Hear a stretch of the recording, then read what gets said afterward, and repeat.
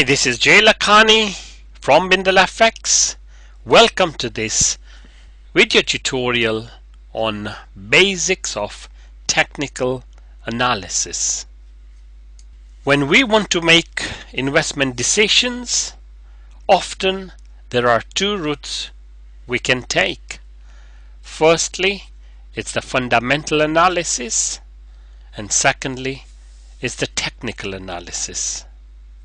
Fundamental analysis involves in analyzing the value of the company. It looks at the background of the company, the characteristics.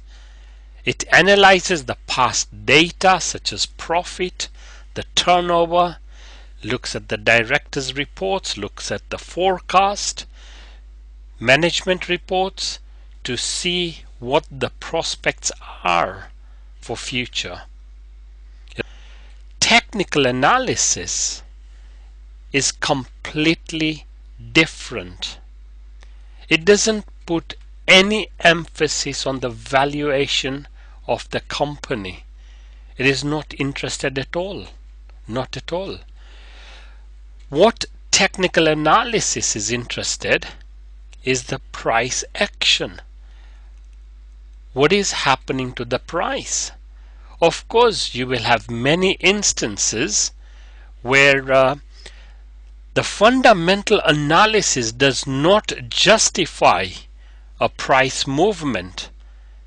And a classic example could be during the dot-com boom. You had many companies with absolutely no balance sheet value, yet the valuation was in billions. So that is what technical analysis is looking, i.e. the movement of the price. Secondly, what it is trying to analyze is the supply and demand of that particular security or commodity. Because at the end of the day, the price action is dependent on the demand. So if more people want to buy that stock will go up. And if they decide not to buy and instead sell, then the supply will exceed, which will result in the movement of the price going down. Also, what technical analysis does, it enables one to determine the trend and the momentum of the price action. I have often mentioned that success in trading is dependent on your emotions, on your mental fitness. And often through technical analysis you can measure the emotions of the market players.